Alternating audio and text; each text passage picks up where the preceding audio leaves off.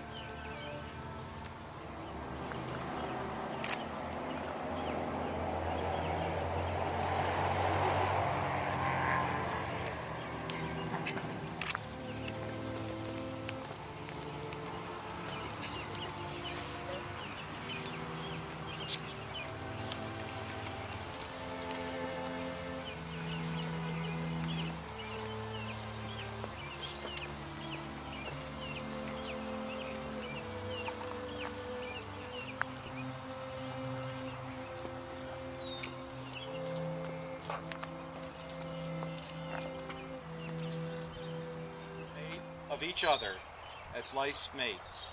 May the guests now be seated. Father and mother and cleaves to his wife, and the two become one flesh. Therefore, a wedding is more than a social event or a formal observance.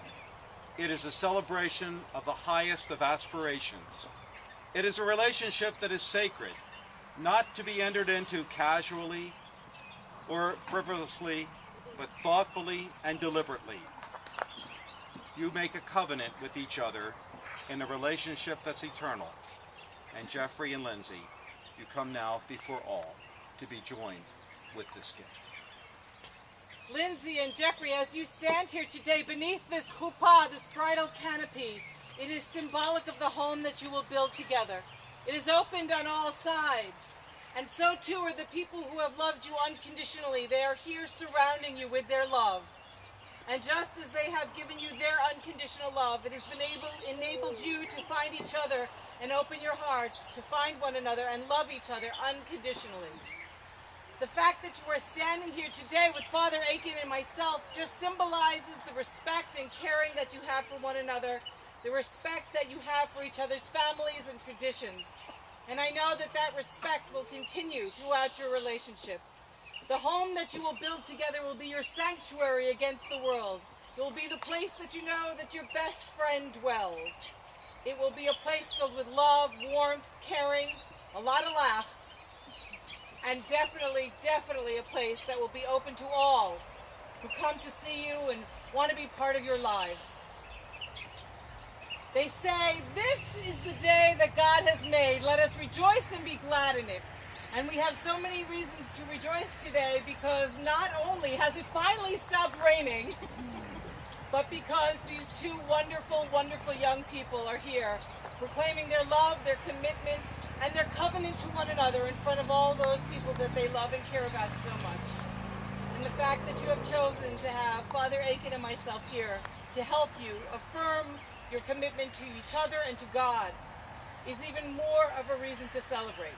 The Hebrew word for a marriage is kiddushin, to make holy. And there's actually nothing that we're going to do that makes today holy. What makes today holy is the two of you. What makes today holy is the respect and the caring that you have for one another. I have so enjoyed getting to know you and being able to be here with you today. Now, Jeff, if I was to give you any kind of advice, it would be this. But far be it for me to give advice. But if I was, it would be this. And I would say, hold on, because you're in for the ride of a lifetime. I promise that you will never, ever be bored with this woman. She will never give you that opportunity. And Lindsay, if I was to give you a piece of advice, I would tell you that this man right here, he is your rock. He is someone that you can count on no matter what. He is devoted to you and loves you unconditionally. And he will always be there to support you, to encourage you. And the two of you together, you become two halves of one whole. You are better together than you are apart. And that's what we are celebrating here this evening. this joining together of these two wonderful people, these two wonderful families, and celebrating all that is good and wonderful in the world. And so, I say, Baruch atah Adonai Eloheinu melech haolam, borei pari hagafen. Blessed are you, O Lord our God, ruler of the universe, who brings forth the fruit of the vine. Jeffrey, I ask you to take a sip of the wine and to share some with your bride. And just as the wine is sweet, so may your lives together be very, very sweet.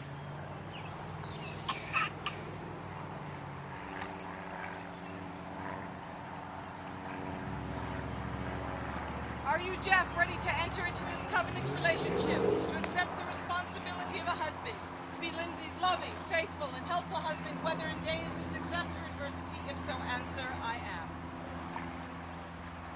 Lindsay, are you ready to enter into this covenant relationship, to accept the responsibility of a wife, to be Jeff's loving, faithful, and helpful wife, whether in days of success or adversity?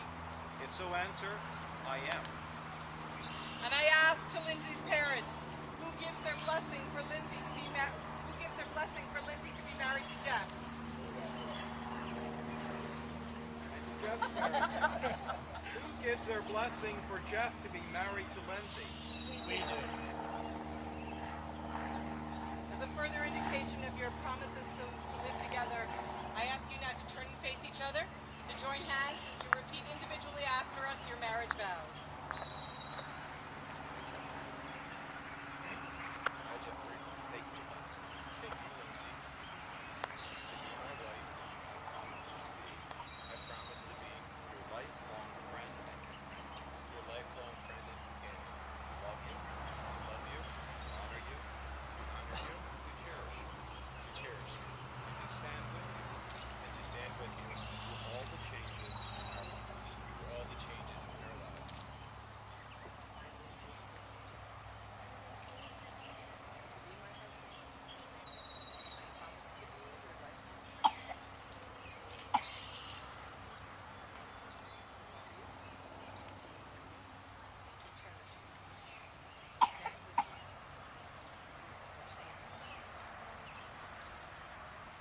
May I have the rings, please?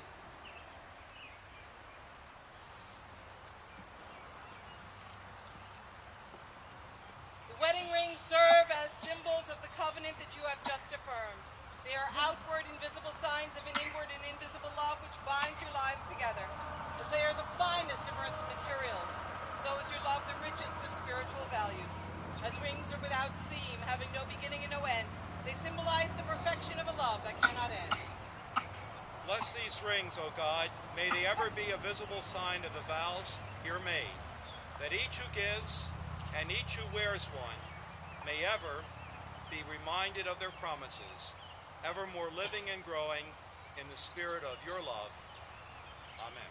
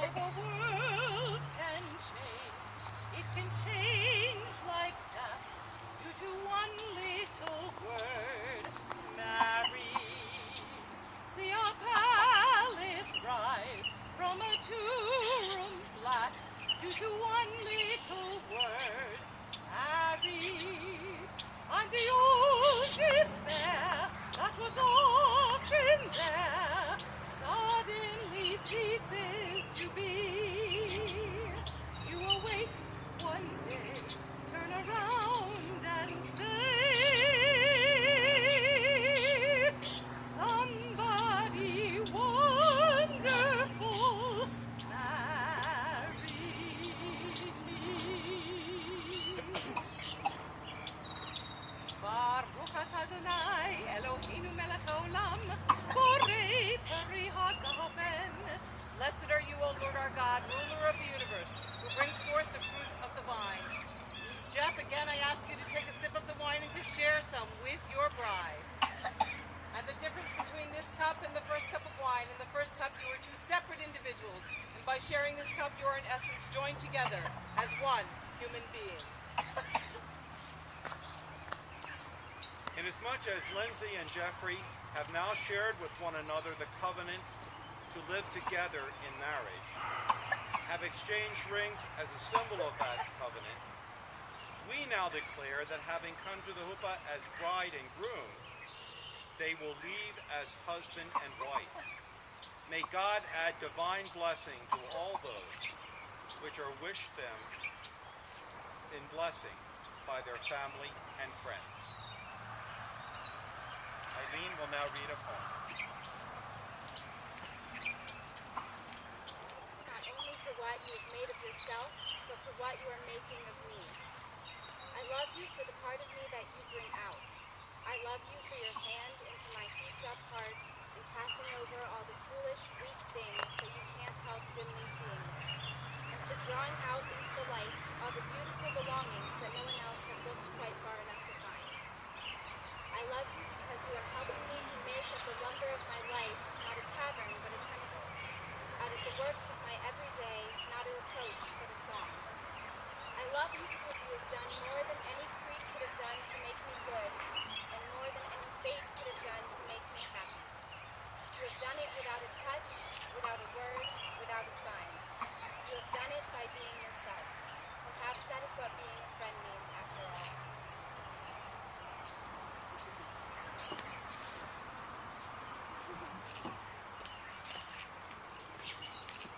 There are many symbols that help us to understand once again inwardly the union of this couple, and to enable the symbol of the candle to also show forth that gift. The two mothers representing the family will come forward to light the outer part of the wedding candle, symbolizing the uniqueness and the gifts of bride and groom.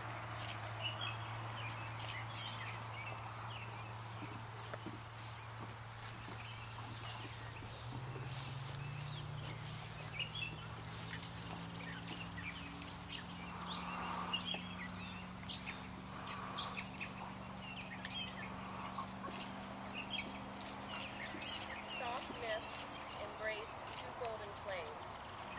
Alone they search the night. Two souls adrift in dreams of love. They seek to claim life. The path is long from which they came, but sure they are its right. Two flames embrace in dreams of love. Two souls, two hearts unite.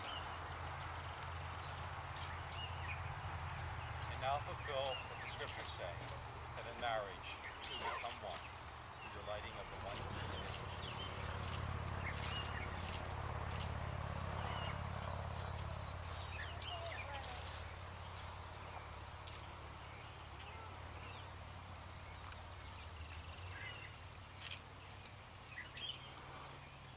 It is now our honor and our privilege to bestow upon you a blessing that comes from both of our traditions. Yivarechecha Adonai ve'yishmerecha. The Lord bless you and keep you. Ya'er Adonai panav elecha v'yichunecha. The Lord let his face shine upon you and be gracious unto you. Yisa Adonai panav elecha v'yaseim lecha shalom.